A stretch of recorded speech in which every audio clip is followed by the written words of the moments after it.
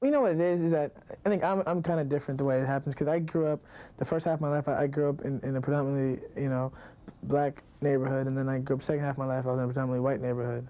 Like growing up, like through middle school and high school, it seemed like I was too black for my white friends and too white for my black friends, according to them.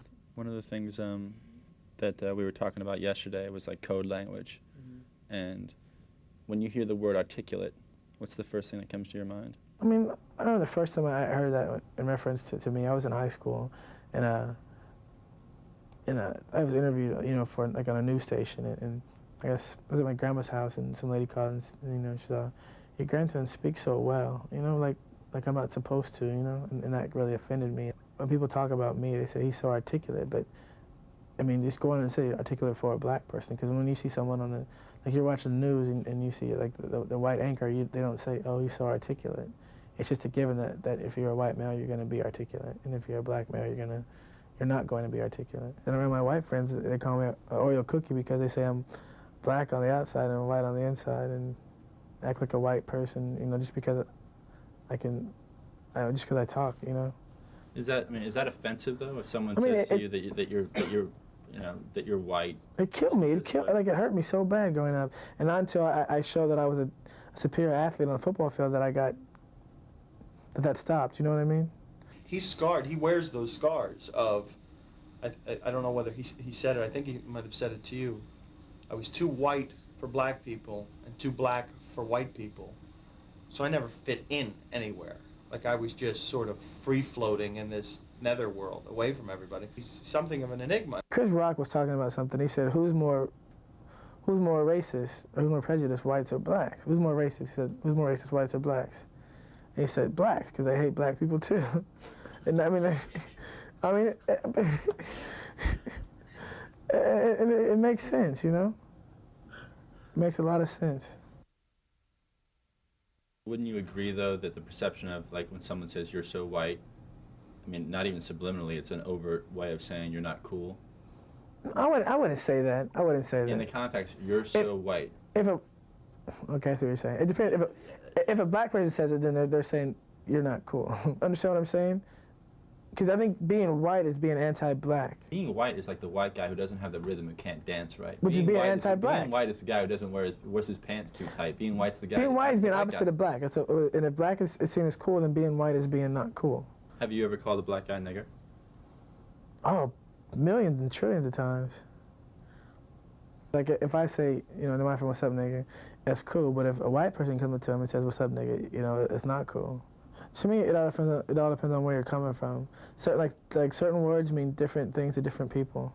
You know what I'm saying? Yeah, absolutely. And that's what it's all about. Like, it's all about context. Yeah, when I say what's up, nigga, like I'm talking like that's my boy, that's my nigga, that's my home, But when someone else says it, they don't necessarily mean that.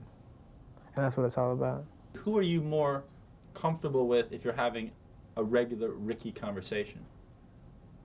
Who do you change less for?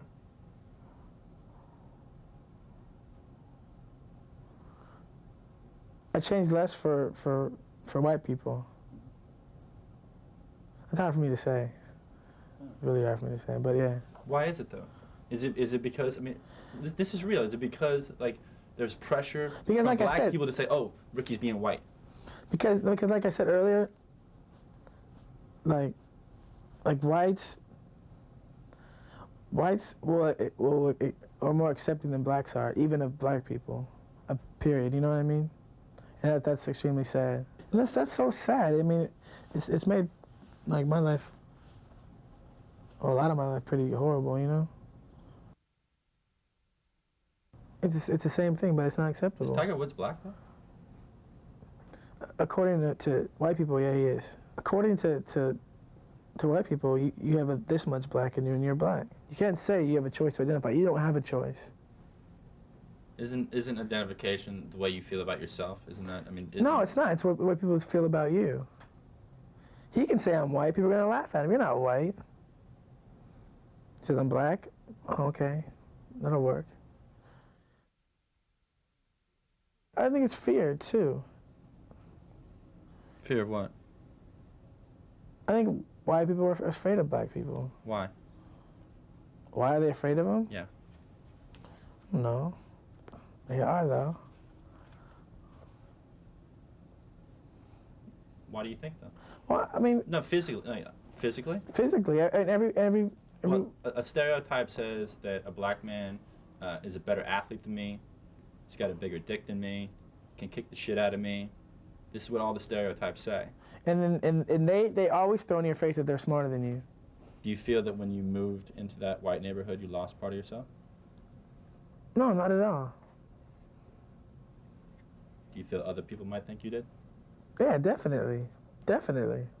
He has found so much strength that he is perfectly willing to be different from everybody else and not be afraid of it. It depends on how you go about transcending your race. You know, if you do it on purpose, then that's horrible. But if it just happens because of the kind of person you are and what you do, then that's pure, and that's something that's extremely beautiful.